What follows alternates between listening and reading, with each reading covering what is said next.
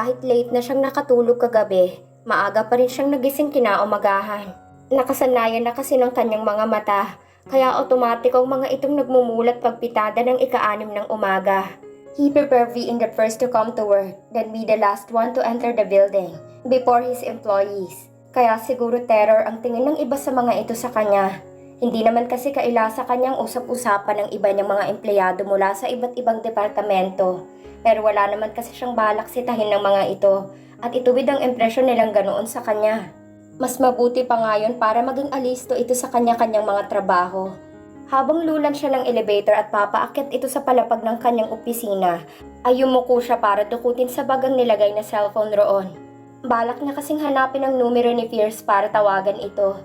Parang nakinikinita niya kasi na nakadapa pa rin ito ngayon sa kama nito habang sa phone noo dahil sa hangover. 7:30 na ng umaga. Sa estado nito kagabi at sa dami ng nainom nito, paniguradong hindi ito maglalakas loob na kontrahin ang katawan para lisanin ang kama.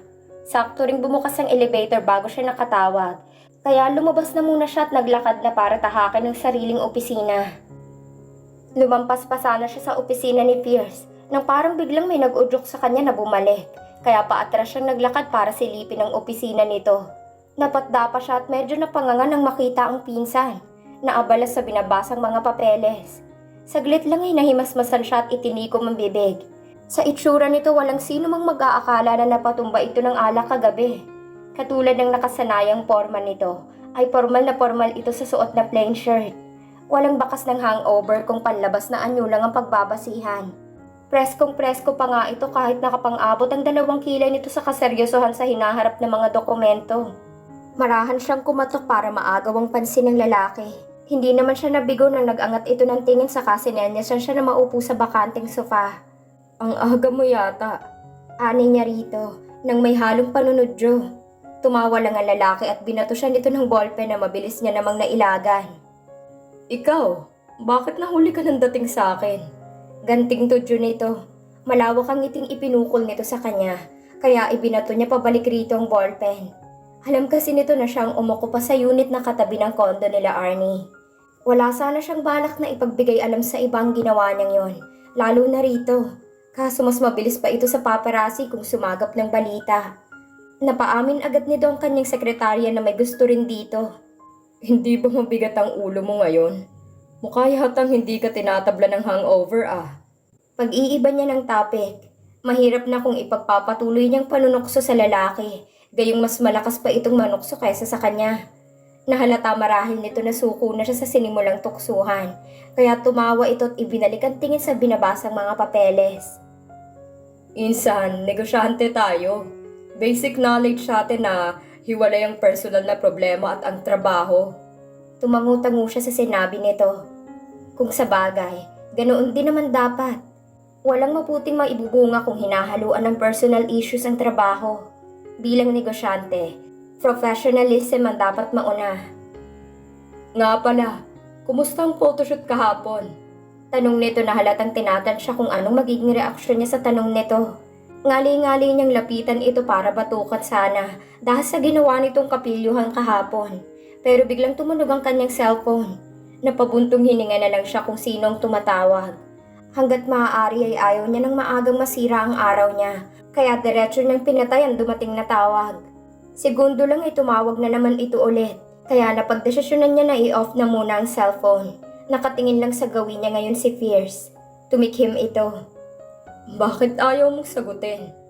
Sino ba yung tumatawag?" Panguusisa nitong tanong sa kanya. Ayaw niya sanang sagutin. Pero alam niya naman na hindi man niya sabihin rito kung ano. Malalaman at malalaman rin naman ito agad yon. Kaya mas mabuting sa kanya na lang mismo manggaling kaysa sa iba. Isinandig niya ang likod sa sofa, saka sinagot ang tanong ni Fierce. "Si Cyril yun." Pasiuna niya. "Ayaw ko na sanang makausap kahit kailan." Namuutuloy ulit ang naramdaman niyang galit sa puso noong sandaling nalaman niya ang katotohanan. Kung gaano siya nito na atim na lokohin at papaniwalain sa mga impormasyong wala namang palang katotohanan. Tumangu-tango lang si Fierce habang nakikinig sa mga sinasabi niya patungkol sa mga ginawa ni Cyril. Hinahayaan siya nito na magsalita hanggang matapos siya. Pinipilit niya kasing maging kalmado, Pero hindi niya mapigilang magngalit ang mga ngipin sa isiping 3 taon siyang napaikot ng babae. Ano na ngayon ang binabalak mo? Makikipagbalikan ka ba kay La Arnie? Untag nito sa kanyang paghihimutok. Ewan ko ba. Pakiramdam ko'y mas masahol pa ako sa hayop dahil sa inaasta ko ngayon sa kanya. Napakalaki ng nagawa kong kasalanan sa kanya. Pero kung makaakto ako ngayon ay parang wala lang yun lahat. Tinapik ni Pierce ang kanyang balikat. Ni hindi man lang niya namalaya na nakalapit na pala ito sa kanya. Malalim na paghinga ang kanyang pinakawalan bago siya nagpatuloy. Nakukonsensya ako kasi sa kabila ng lahat ng masasakit na salitang nabitawan ko, walang pagdadalawang isip niya pa rin akong tinanggap. Palagi niya akong inuunawa. Habang ako, wala akong ibang ginawa kundi paiyakin siya. Nagsimula ako sa mali. Pinaglaruan ko siya. Kinamuhian. At nang makabalik ay sinaktan na naman. Pero yung pagmamahal niya sa akin, walang pinagbago. Ramdam ko pa rin. Tumakas ang butil ng luha sa kanyang mata. Sa tingin mo, may karapatan pa ba ako na balikan siya? Aniya sa pinsan. Tumungo ito sa kaharap na sopa saka umupo roon. Kung mahal ka nila Arnie, bakit hindi? Isa pa, may karapatan ka lalo na't may anak kayo. May multo ng ngiti sa mukha nito. Sabi ko na nga ba't anak mo si Trixie eh. Unang tingin ko pa lang sa bata nang makita ko siya sa balita, ay para akong nakikipagtitigan sa female version mo. Hindi niya maiwasang mapangiti ng maalalang pagtawag ni Trixie sa kanya ng daddy. Otomatiko na nawala ang bigat sa kanyang dibdib. May anak na siya at higit sa lahat sila Arnie, ina ng kanyang anak. Ang babaeng tanging bumihag sa kanyang puso. Huwag mo na muna yung intindihin si Cyril. Hihinto rin siguro yan sa pangungulit sa'yo. Tipid itong ngumiti bago tumayo at muling tinungo ang mesa. Saka naupo sa swivel chair. Tiningnan niya ang orasan. 8:00 pasado na pala. Hindi niya na namalayan ng oras dahil sa kanilang pag-uusap. Kaya minabuti niya nang magpaalam dito para pumunta sa sariling opisina. Nakatuon na ulit ang atensyon nito sa mga dokumentong nakapatong sa table nito. Kaya tinungo niya ng pintuan at binuksan iyon palabas. Ilang hakbang lang ay nasa tapat na siya ng opisina. Sinalubong siya ng bati ng sekretarya na halatang nagtataka kung bakit ngayon pa lamang siya nito nakitang dumating. Nakasanayan niya na kasi na 7:50, dapat ay magtimpla na ito ng kape para ihatid sa loob ng kanyang opisina. Marahil ay hindi nito inaasahang hindi siya maratnan doon pagkapasok nito. "I'll get you another cup of coffee, sir." Sabi nito nang pagbuksan siya nito ng pinto. Namataan niya kasi ang tasa ng kape sa ibabaw ng table niya. Tama nga siya ng hinala. Tinanguan niya na lang ang babae saka iniabot rito ang kape na lumamig na. Marahan itong ipinilid pa sarang pinto pagkalabas. Inilagay niya ang bag sa sofa at dumiretso na sa sariling table. Binuksan niya ang maliit na drawer doon at inilagay ang naka-off na cellphone. Ayaw niya muna ng disturbo lalong-lalo na kung si Cyril ang dahilan. Kabisado niya ito. Hindi talaga ito titigil hanggat hindi ito sinasagot. Palibhasa lumaki sa luho at pinagbibigyan ito ng ama kung anong mga gustuhin nito. Bumukas muli ang pinto at iniluwaroon ng sekretarya na dala ng panibagong kape. Umuusok pa iyon sa init. Isa sa dahilan kung bakit hindi niya ito basta-basta na tinanggal. Hindi tulad ng mga naunang sekretarya, ay gustong-gusto niya ang timpla nito ng kape. Kaya kahit minsan ay tulala ito sa trabaho at maraming pagkakataon na siya pa ang nagpapaalala rito kung anong schedule niya, ay hindi niya ito sinisibak. "Here's your coffee, sir." Tipid itong ngumiti saka tumalikod na para lumabas. Pasandal na umupo siya sa swivel chair at hawak ang tasa na humigop siya ng kape. Satisfied siya sa lasa dahil kuhang-kuha nito ang timpla na gusto niya. Ilang sandali lang ay naisipan niya na pumasok sa tagong silid. Dala ang tasa ng kape, ay tumayo siya para tunguhin iyon. Pinihit niyang paikot ang hindi pantay na painting sa dingding. At tumambad roon pagkabukas ang kwartong kanyang matagal niyang naging kanlungan sa tuwing namimiss niya sila Arnie. Isa-isa niyang tiningnan ang mga litratong naroon. Pero mas pinagtuunan niya ng pansin ang mga panahong unti-unting lumulobong tiyan nito. Mas lalo pa itong gumanda sa kanyang paningin. Bilib siya dito dahil sa nakayanan nitong palakihin ang anak nila kahit wala siya sa tabi ng mga ito. Hindi niya tuloy maiwasang maisip na paano kaya kung hindi siya naging suwail na apo. Paano kaya kung sa halip na magrebelde ay hinayaan niya ang kanyang lolo sa nais nitong gawin. Hindi sana niya nasaktan sila Arnie at hindi sana ito umalis sa kanyang poder. nang malaman nitong kanyang maitim na plano. E di sana'y naroon siya sa tabi nito ng magdalang tao ito kay Trixie hanggang sa makapanganak ito. It's such a shame na hanggang panghihinayang na lang ang tanging niyang masasabi dahil kahit ano pa man ang idahilan niya, kasalanan niya pa rin ang lahat. Siya ang punot dulo ng mga pangyayari. Kaya nakakahiyang isipin na nagawa pa niyang sisihin at kamuhian sila Arnie nang iwan siya nito. Imbes na magpursige siya at alamin ang katotohanan ay mas naniwala pa siya sa kasinungalingang pakana ni Cyril. Kulang siya ng tiwala kay Arnie dahil madali niya itong hinusgahan sa kasalanang hindi naman pala nito ginawa. Siguro ay karma niya ito sa pagiging suwail. Wala namang ibang hangadang doon kundi ang mapabuti siya. Pero minasama niya pa yon. Hindi man lang niya naisip na kung mayroon mang tao na mas higit na gusto siyang mapabuti ay ang lolo niya yon. Dahil ito na ang tumayong ama't ina niya mula nang mamatay ang kanyang kinagis ng mga magulang. Marahan niyang hinaplos ang larawan nila Arnie habang hawak nito sa bisig ang sanggol pa na si Trixie. Kita sa mukha nitong lubos na kasiyahan. Napangiti siya dahil ramdam niya ang saya nito ng mga oras na yon. He can even feel his heart beating so fast habang nakatingin sa larawan ng kanyang mag-ina. Arnie, maraming oras man ang nasayang ko dahil sa kasinungalingang ako din ang nagsimula. Pero masaya ako dahil binigyan ako ng Diyos ng babaeng malawak ang pangunawa. Naiusal niya sa sarili. Ilang minuto pa niyang pinagmasdan ng mga larawang nakadisplay habang humihigop ng kape nang marinig niyang mahihinang katok sa may pinto. Madalian siyang lumabas sa tagong silid at siniguradong nakapinid iyon ng maayos. Bago bumalik sa sariling mesa at nagkunwaring nagbabasa ng papeles, bago siya nagsabi sa kumakatok na maaari na nitong buksan ng pinto. Pumihit pa bukas ang pinto at pumasok muli ang kanyang sekretarya. Dala nitong notebook nito kung saan ito inilagay ang nakaset niya na schedules. 10 a.m. sharp po ay may meeting kayo with the finance department. Then you have a lunch meeting with Mr. Roman. Sa hapon naman po ay bibisitahin mo po ang mini branch sa Makati. Tuloy-tuloy na ani nito. Magsasalita pa sana ito pero inunahan niya ng sekretarya. Cancel the appointments after that. May iba akong lakad pagkatapos kong bumisita sa Makati kaya ibakante mong sunod na mga oras. Pero sir, angal nito pero agad niya itong pinanlakihan ng mga mata. Kaya yumuko na lamang ito at nagpaalam na aalis na. Kinuha nitong walang laman na tasa at saka dire-diretso nang tumungo palabas ng kanyang opisina. Hinilot niya ang noo at isinandig muli ang likod sa swivel chair. Sa totoo lang ay wala talaga siyang lalakarin pero gusto niya lang na magpahinga muna. Pagod ang utak niya sa kakaisip at mas nakabubuti na magpahinga na muna siya. Ilang sandali lang ay umayos na siya ng upo at hinarap ng mga kailangang pirmahan ng mga dokumento bago pang scheduled meetings niya. Binuksan niya ang email na dumating kaninang umaga. Ngayon niya palang matitingnan kasi may tinapos siyang mga papeles na ni-review.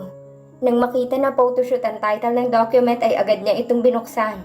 Bumungad roon ang lahat ng kuha nilang dalawa nila Arnie noong nagdaang araw. Isa-isa niyang binuksan ang bawat larawan at pinag-aralan ang bawat detalye ng ekspresyon sa mukha nila Arnie. Ang galing ng anggulo niyo dyan. Muntik na siyang mapalundag sa gulat nang may biglang bumulong sa kanyang likuran. Kung hindi lang ito nakailag agad ay siguradong sapul ito ng ballpen na otomatikong naihagis niya rito. Kumulo bigla ang dugo niya nang makitang si Fierce iyon. Hindi niya pa rin makalimutan ang hiya na nararamdaman dahil sa ginawa nitong pagbitag sa kanya. Sino nagsabi sa'yo na pwede kang pumasok ng basta na lang sa opisina ko? Aniya rito. Hindi ka ba nasabihan ng sekretarya ko na pinagbabawal kong pumasok ang mga babaero sa loob ng opisinang to?